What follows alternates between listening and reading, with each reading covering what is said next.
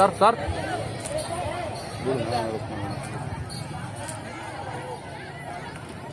ಅಧ್ಯಕ್ಷರೇ,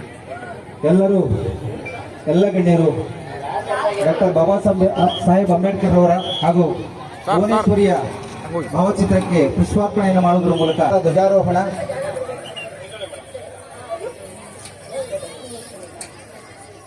ಇವರಿಗೆ ಜೋರು ಚಪ್ಪಾಳೆಯ ಮೂಲಕ ಧನ್ಯವಾದಗಳನ್ನು ಅರ್ಪಿಸೋಣ.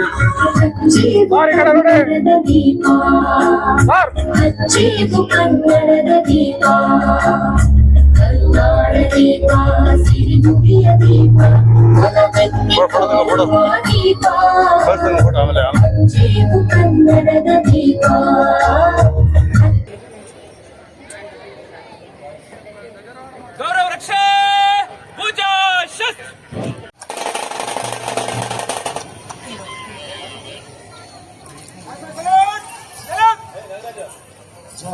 ಗಣಮನ ಅಧಿನಾಯಕ ಜಯ ಹೇ ಭಾರತ ಭಾಗ್ಯ ವಿಧಾತ, ಪಂಜಾಬ ಸಿಂಧು ಗುಜರಾತ ಮರಾಠ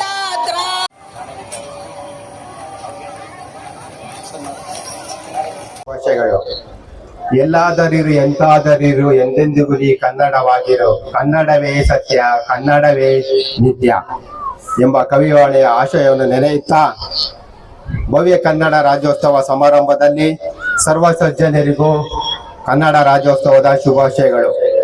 ಕಸ್ತೂರಿ ರಂಗಪ್ಪ ನಾಯಕನ ಕೋಟೆ ಹೊಂದಿರುವ, ಶೇಂಗಾ ಸೀಮೆ ಎಂದೇ ಪ್ರಸಿದ್ಧವಾದ ಬರನಾಡು ಎಂದು ಕರೆಸಿಕೊಂಡಿರುವ, ಭಗೀರಥ ಪ್ರಯತ್ನದಿಂದ ಹೇಮೆಯ ಜುಳ ಜೈಂಕಾರವನ್ನು ಪ್ರಾರಂಭ ಮಾಡಿರುವ, ಹಸಿರು ನಾಡಾಗಿರುವ, ಸೂಫಿ ಚಳುವಳಿಯಲ್ಲಿ ಗುರುತಿಸಿಕೊಂಡು ಸರ್ವಧರ್ಮಗಳ ಸಮನ್ವಯ ನಾಡಾಗಿರುವ, ಅಕ್ಷರ ಕ್ರಾಂತಿಯಾಗಿರುವ, ಶಿಕ್ಷಣ ನಗರಿಯಾಗಿ ಪರಿವರ್ತನೆ ಆಗಿರುವ, ಏಷ್ಯಾದ ಅತಿ ದೊಡ್ಡ ಹೂವಿನ ರಥೋತ್ಸವ ನಡೆಯುವ ಪುಣ್ಯಭೂಮಿ ಮಾಗೋಡು ರಂಗನಾಥ ಸ್ವಾಮಿಯ ಕ್ಷೇತ್ರ ಹೊಂದಿರುವ, ಸಾಧು ಸಂತರು, ಶಿಕ್ಷಣ ಪ್ರೇಮಿಗಳು, ಶಿಕ್ಷಣ ತಜ್ಞರ ನಾಡಾಗಿರುವ ಸಿರಾ ಜನತೆಗೆ ಇಂದು ಕನ್ನಡ ರಾಜ್ಯೋತ್ಸವದ ಹೆಮ್ಮೆಯ ಸಂಭ್ರಮ.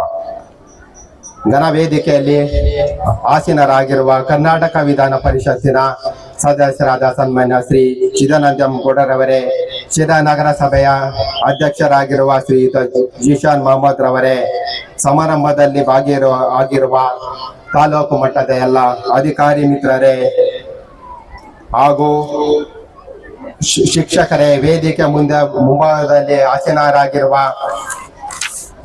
ಎಲ್ಲ ತಾಲೂಕಿನ ಸಮಸ್ತ ನಾಗರಿಕ ಬಂಧುಗಳೇ ಹಾಗೂ ಭವ್ಯ ಭಾರತದ ಮುಂದಿನ ಪುಟಾಣಿ ಪ್ರಜೆಗಳೇ, ಪ್ರತಿ ವರ್ಷದಂತೆ ಕನ್ನಡ ರಾಜ್ಯೋತ್ಸವವನ್ನು ನವೆಂಬರ್ 1ರಂದು ಅರ್ಥಪೂರ್ಣವಾಗಿ ವಿಜೃಂಭಣೆಯಿಂದ ಆಚರಿಸುತ್ತೇವೆ. ಈ ಕನ್ನಡ ನಾಡಿನ ಇತಿಹಾಸ, ಕಲೆ, ಪರಂಪರೆಯನ್ನು ಅರಿವು ಮೂಡಿಸುವುದೇ ಇದರ ಆದ್ಯ ಕರ್ತವ್ಯ. ನಮ್ಮ ಕನ್ನಡ ನಾಡು ಶ್ರೀಗಂಧದ ನಾಡು, ಅಚ್ಚ ಕನ್ನಡ, ಸುಂದರ ಬೆಟ್ಟಗಳ, ಗುಡ್ಡಗಳ, ನದಿಗಳಿಂದ ತುಂಬಿ ತುಳಿಯುತ್ತಿರುವ ಸಿರಿಗನ್ನಡ ನಾಡು. ಸಾಧು ಸಂತರು, ಕವಿ, ಮಹರ್ಷಿಗಳು ಕೊಟ್ಟಿರುವ ಈ ನಾಡು ಪುಣ್ಯವಾದ ನಾಡು. ಆತ್ಮೀಯರೇ, ನಾವು ಇಂದು 1996ಕ್ಕಿಂತ ಮುಂಚೆ ನಮ್ಮ ಕನ್ನಡ ನಾಡು ಹೀಗಿರಲಿಲ್ಲ. ಸ್ವಾತಂತ್ರ್ಯ ನಂತರ ರಾಜ್ಯ ಪುನರ್ವಿಂಗಡಣೆ ಸಮಿತಿಯ ನಂತರ ಭಾಷೆಯ ಆಧಾರದ ಮೇಲೆ ಎಲ್ಲ ರಾಜ್ಯಗಳನ್ನು ವಿಂಗಡಿಸಬೇಕೆಂದು ಬಂದಾಗ ನಮ್ಮ ರಾಜ್ಯ ವಿವಿಧ ಪ್ರಾಂತ್ಯಗಳಲ್ಲಿ ವಿವಿಧ ಆಳ್ವಿಕೆಯಲ್ಲಿ ನೆಲೆಗೊಂಡಿತ್ತು. ಹೈದರಾಬಾದ್ ಕರ್ನಾಟಕ, ಇಂದಿನ ಕಲ್ಯಾಣ ಕರ್ನಾಟಕವಾಗಿರಬಹುದು, ಬಾಂಬೆ ಕರ್ನಾಟಕವಾಗಿರಬಹುದು, ಮದ್ರಾಸ್ ಕರ್ನಾಟಕವಾಗಿರಬಹುದು, ಕೊಡಗು ಇರಬಹುದು, ಸುಮಾರು 28 ಕ್ಷೇತ್ರಗಳಲ್ಲಿ ಹರಿದು ಹಂಚಿ ಹೋಗಿದ್ದಂತ ನಾಡನ್ನ ರಾಜ್ಯ ಪುನರ್ವಿಂಗಡಣೆ ನಂತರ ಕನ್ನಡನ ಮೈಸೂರು ರಾಜ್ಯವೆಂದು ಆಗಿ 1973ರ ದೇವರಾಜ ಅರಸರ ಆಳ್ವಿಕೆಯಲ್ಲಿ ನವೆಂಬರ್ 1ನೇ ತಾರೀಕು ಕನ್ನಡ ರಾಜ್ಯವನ್ನು, ಮೈಸೂರು ರಾಜ್ಯವನ್ನು ಕರ್ನಾಟಕ ರಾಜ್ಯವೆಂದು ನಾಮಕರಣ ಮಾಡಲಾಯಿತು. ಅಂದಿನಿಂದ ಇಂದಿನವರೆಗೂ ನಾವು ಕನ್ನಡ ರಾಜ್ಯೋತ್ಸವವನ್ನು ಕನ್ನಡದ ಸಾಂಸ್ಕೃತಿಕ ಪರಂಪರೆ, ಕಲೆಯನ್ನು ಉಳಿಸಿ ಬೆಳೆಸಿ ಮುಂದಿನ ಪೀಳಿಗೆಗೆ ಕೊಂಡೊಯ್ಯುವ ಮಾರ್ಗವನ್ನಾಗಿ ಮಾಡಬೇಕೆಂದು ನಾವು ಈ ಕನ್ನಡ ರಾಜ್ಯೋತ್ಸವವನ್ನು ವಿಜೃಂಭಣೆಯಾಗಿ ನಾವು ಸಿರಾ ನಗರದಲ್ಲಿ ಆಚರಿಸುತ್ತಿದ್ದೇವೆ. ಕನ್ನಡ ನಾಡಿನ ನುಡಿಗೋಸ್ಕರ, ಭಾಷೆಗೋಸ್ಕರ, ಕಲೆಗೋಸ್ಕರ ಕರ್ನಾಟಕವನ್ನು ಏಕೀಕರಣ ಮಾಡಬೇಕೆಂಬ ಕಾರಣಕ್ಕೋಸ್ಕರ ವಿವಿಧ ಕವಿಗಳು ತಮ್ಮ ಅಮೂಲ್ಯವಾದ ಕೊಡುಗೆಗಳನ್ನು ನೀಡಿದ್ದಾರೆ.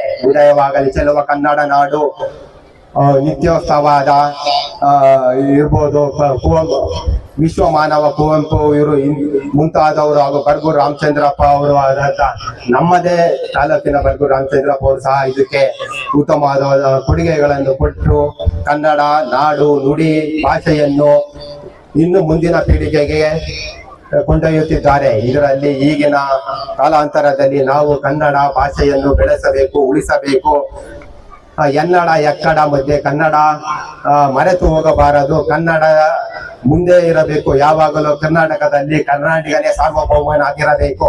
ಆದ್ದರಿಂದ ನಾನು ತಮ್ಮಲ್ಲಿ ಕಳಕಳಿಯ ವಿನಂತಿ ಏನೆಂದರೆ, ಈ ಕನ್ನಡದ ಸಂಸ್ಕೃತಿ, ಕಲೆ, ಪರಂಪರೆಯನ್ನು ಉಳಿಸಲು, ಬೆಳೆಸಲು, ಮುಂದಿನ ಪೀಳಿಗೆ ಕೊಂಡೊಯ್ಯಲು ಎಲ್ಲರೂ ಅವಿರಹಿಸುತ್ತಾ ಶ್ರಮಿಸಬೇಕೆಂದು ನನ್ನ ಈ ನುಡಿಗಳನ್ನು ಆಡುತ್ತಾ, ಸಿರಿಗನ್ನಡಂ ಗೆಲ್ಗೆ, ಸಿರಿಗನ್ನಡಂ ಬಾಳ್ಗೆ, ಸಿರಿಗನ್ನಡಂ ಏಳ್ಗೆ ಎಂದು ನನ್ನ ಈ ಮಾತುಗಳನ್ನು ಆಡಲು ಅವಕಾಶ